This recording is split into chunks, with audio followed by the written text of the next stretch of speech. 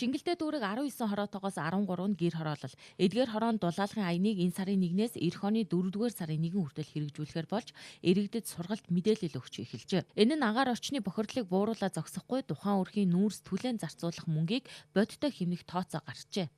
6-7-гийн хэмжээтэй амины суудастай одоо жоохон дулаалга муутай, дулаан алдагдaltaй ийм амины суудастай айл өрх. Одоо өвлийнхөө улиралдаа бол тэр айл нэг 2-3 портер нүүрсийг бол одоо түлдэг гэж байгаа.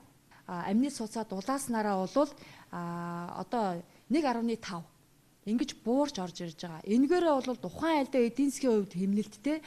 Чингэлтэй дүүргийн бүх хороо цэцэрлэгтэй болсон гэдгийг засаг дарга нь хэллээ. Тус дүүрэг цэцэрлэгийн насны 16 мянга гаруй хүүхэд байгаагаас өнөөдрийн байдлаар 11,380 гаруй цэцэрлэгт явж хамран сургалт 70 гаруй хувьтай байгаа маа.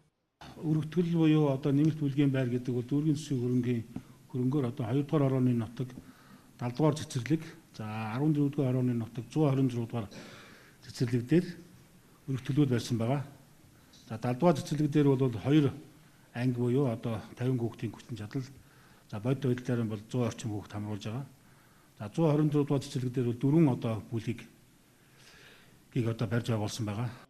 Энэ онд дүүргийн сургууль цэцэрлэг гэр хорооллын хороодын 26 байршил 9.1 км авто зам тавьжээ.